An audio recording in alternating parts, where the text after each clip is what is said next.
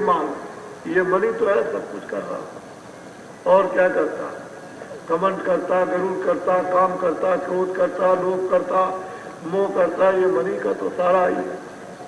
बैठे बैठे जो फिरते हैं, मन नहीं सोचने देता है, इंद्रियों के दरवाजों पर बैठ करके विषयों का जब रस लेता है तो उसे ये थोड़ी कि मुझे मनकन का घाट पर आना, ये उसको कुछ नहीं है।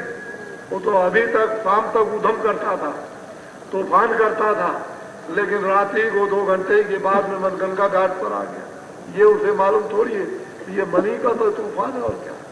लेकिन वो जीवात्मा जानती है, उसने कहीं ये कानों में सुन लिया कि मन की तो ये है, बिना मन की मदद के हे सूरत तुम कुछ नहीं कर सकती हो, इसलिए तुम मन को मना लो, उससे प्रार्थना करो, उसको समझाओ, उसको बुलाओ, बुझाओ, 84 की बात बताओ, नरकों की बात बताओ, जन्म मरण की पीड़ा बताओ और किसी तरह से उसको मना मुंह करके ठिकाने पर ले आओ।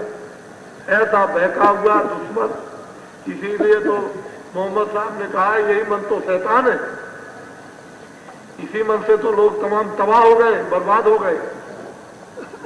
इस मन को काबू में करने के लिए बड़ी बड़ी जुक्तियां निकाली और बड़े बड़े पोथे बन गए, लेकिन मन किसी के काबू में आया ही नहीं। मन बगैर नाम के तो काबू में आता नहीं, जब नाम की चोट पड़ती है, नाम एक शमशेर तलवार, उसके सामने जब ये खड़ा होता है तो इस मन के चिथड़े उड़ जाते हैं और इस मन को कोई भी बस में नहीं कर सकता है। वही नाम एक शिकंजा है, जब अपने में मन को फंसा देगा तो फिर नहीं छोड़ता। ये है मन, जिसको मनाया जा रहा, समझाया जा रहा, वो जीवात्मा सत्पुरुष की अंश है। और मन ये तो बीच में से एक बखेड़ा खड़ा हो गया, ये यहाँ पर मौज चोज ले रहा, मिलता है उसको कुछ नहीं। हाँ, इस तन नगरी तुझ देश में क्यों कदी होए पड़े क्या जीवात्मा समझाती है कि हे मन इस तुच्छ नगरी, तुच्छ देश में, ये तन नगरी और तुच्छ देश, ये तन नगरी इसमें तुम और ये तुच्छ देश नासमान, और तुम कैदी होकर के यहाँ पड़े हो और जन्म मरण की पीड़ा भोग रहे हो, नरकों और 84 में जा रहे हो, क्या है ये कुछ नहीं। ऐसी सूरत जब समझा रही उसको ऊंच और नीच, तब इस मन को समझ आए कि निवरना कहाँ आने वाला, ये तो जरा जरा भी चीज में बहक जाते हैं। हाँ, सतगुरु मुझसे कहा वचन एक, मन को संग ले चलो सवेरा। वो सूरत कहती है कि हे मन, मुझे सतगुरु ने ये बताया कि हे सूरत तू मन को अगर साथ ले ले तो अपने घर की तरफ में घूम जाएगी, तू चली जाएगी, अपने घर में पहुंच जाएगी। अगर मन को तूने साथ नहीं लिया तो तेरा जाना नहीं हो सकता। तो मन को क्या चाहिए? आनंद। इंद्रियों के दरवाजों पर मन क्या लेता? आनंद क्षणिक। और मन को अगर कहीं अस्थायी आनंद अंदर में मिल जाए, दरवाजे में बैठ करके वो ब्रह्म रंध्र का जब स्रोत, जब अमृत का खुल जाए और पीने लगे तो चुप हो जाएगा, फिर कुछ नहीं करता। फिर ये मन क्या होता? बस में। और जैसे ही सूरज की आंख और कान के पर्दे खुले और जब उधर से लाइट आई तो ये बस में हो जाता है, फिर कुछ नहीं कर सकता। फिर ये सूरत इसके ऊपर हावी हो गई। अभी तो ये सूरत के ऊपर में जीवात्मा पर मन हावी है, मन का पूरा अधिकार है, और फिर जीवात्मा का अधिकार मन पर हो जाएगा। जो चाहेगी वही कराएगी, जो नहीं चाहेगी वो नहीं होगा। तो जब जीवात्मा की ताकत मिल जाए, शक्ति मिल जाए, नाम का आधार मिल जाए, मन को रस मिल जाए तो मन बन जाए। ये तो आज मैं इतना ही सुनाऊंगा, ये गुरु ने बता दिया है। इसलिए है मन, मैं आपसे प्रार्थना करता हूं, एक मेरी बात मान लो, मैं दासी। कल मैं आपको बताऊंगा कि मन क्या कहता है, उस सूरत से, जीवात्मा से मन क्या कहता है, अपनी हालत, अपनी बात क्या बताता है कि मैं क्या हो गया। अब हे सूरत, मैं क्या करूं वो कल बताऊंगा मैं आपको विधि विधान के साथ।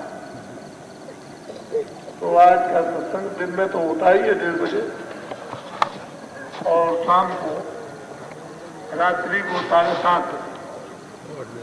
आपको यदि कोई तकलीफ 7:30 बजे हो कि जरा जल्दी हो जाता है तो मैं 8 बजे कर दूं, मुझे कोई इतराज नहीं। लेकिन 7:30 का समय इसलिए अच्छा होता है कि बाहर से भी लोग आते हैं तो समय से लौट जाए।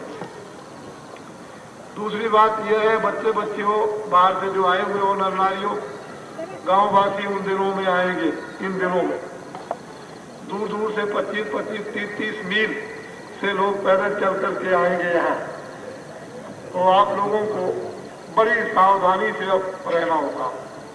अभी तो जो कुछ भी आपने बोलचाल में जो कुछ भी थोड़ा बहुत कर दिया, लेकिन अब इतनी भाषा आपकी मुलायम हो जानी चाहिए, इतनी मुलायम हो जानी चाहिए कि जो गांववासी आएंगे वो रात को यहाँ रहना चाहेंगे। मैदान में रहे, कहीं भी किसी जगह रह जाए, वो अपने कपड़े अपने ले आएंगे। अब तो कोई खास गर्मी जाड़ा नहीं, अब तो गर्मी आ गई। अगर 2-4 दिन धूप पड़ती है तो जाड़ा खत्म। इसलिए वो गांववासी रात को अपने बच्चों को लेकर के भी आएंगे तो आपको बहुत ही सतर्कता उनके उठाने बैठाने की करनी पड़ेगी। मैं इसीलिए अनुरोध करता था कुछ दुकानदारों से, कुछ खाने पीने की सामग्री कुछ रखेंगे तो आपकी जो यहाँ रहेगी सब बिक जाएगी। ऐसी कोई बात नहीं थी, लेकिन दुकानदारों को कोई विश्वास नहीं था कि इतना बड़ा जनसमूह इस गंगा तट पर उपस्थित हो जाएगा, जो हम कभी भी कयास और अनुमान में नहीं ला सकते। इसलिए हम सभी प्रेमियों जनों को जो रात्रि को नर नारी जो पहरा देते हैं या दिन में, उनको बहुत ही सावधानी बच्चे बच्चियों से जहाँ तक संभव हो सके देवियाँ वो आई हुई देवियों के साथ बातचीत करें और पुरुषों से बातचीत करें और उनको ये पूरा लाभ, अगर रात को रहना चाहे तो पूरा रहे। निगरानी आप रखें, उसके लिए कोई मना नहीं, और सभी लोग अपने अपने टेम्पों में सावधानी से रहेंगे ताकि उनको भी ये अवसर ये न मालूम हो कि हम आए हैं तो गैर समझे गए। हम गांव के रहने वाले, हमको लोग नहीं जानते हैं। हमारा तो ये एक ऐसा है कि जो भी आ जाएगा हम उसको अपना ही समझते हैं।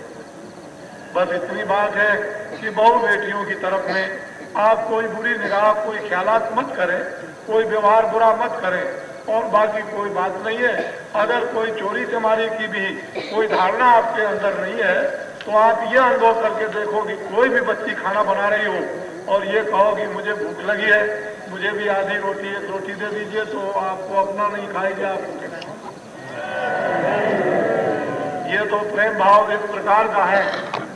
जो कुछ भी आपको सुनने को मिला, जो शहर में अफवाहें फैली थी, वो केवल लड़कियों को छेड़छाड़ी की वजह से सुनने को मिली, और यहाँ कोई बात नहीं। अगर वो लड़कियों को, बच्चियों को न छेड़ते तो कोई किसी तरह की कोई खबर नहीं थी, और वो हमको तो जरा सी बात में मालूम हुई नहीं, वो भी अब रफा दफा कर देते, क्योंकि हम तो ऐसे हैं कि समझा देते हैं, समझवा देते हैं कि देखो बच्चा अब ऐसा मत करना, जाओ अभी। लेकिन वर्तमान की घटना अगर कोई बच्चियों से हो जाएगी, ये तो कोई बर्दाश्त करने वाला है नहीं।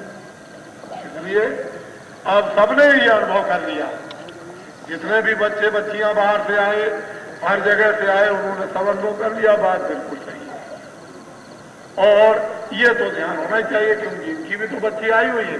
आज ये बच्चे स्कूल में पढ़ते हैं, उनके तो गाँव के लोग आए हुए, कितने यूनिवर्सिटी में पढ़ते हैं, उनके गाँव के यहाँ बच्चे बच्चियां उन्हीं के गांव के आए, जिनको आप बुजुर्ग और माता कहते हैं, उनको यहाँ पर आए हुए। तो ये तो आपको जानना ही है, ये तो करना ही पड़ेगा, बाकी कुछ नहीं है।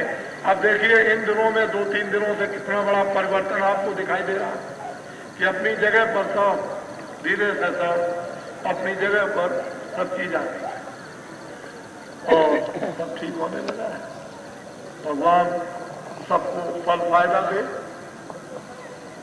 और सबको लाभ दे। भगवान इसे ऐसी दया करे कि सबके हृदय समुद्र की तरह से सत्य भावी और सदाचारी और विवेकशील बनने लगे। बाबा जी की तो भगवान से ये प्रार्थना है। हम कोई महात्मा तो है नहीं, आप कह दो ये तो आपकी बात है, और ना हम कोई भगवान है, हम तो एक आदमी। आप भी आदमी हो, मैं भी आदमी हूँ, आप भी इंसान, मैं भी इंसान हूँ। मैंने ना कभी कहा और ना मैं कभी कहता हूँ ये बात। ये जरूर है कि आप भी आदमी, मैं भी आदमी हूँ। आपको भी कुछ करना, मुझे भी कुछ करना, तो एक दूसरे के करने से कुछ ना कुछ हो ही जाएगा। अब ये तो है, ये मैं आपको इज्जत की निगाह से देखूं और मैं आपका आदर करूं तो ये तो मेरा भाव है, आप आदर करें तो ये तो आपका भाव है।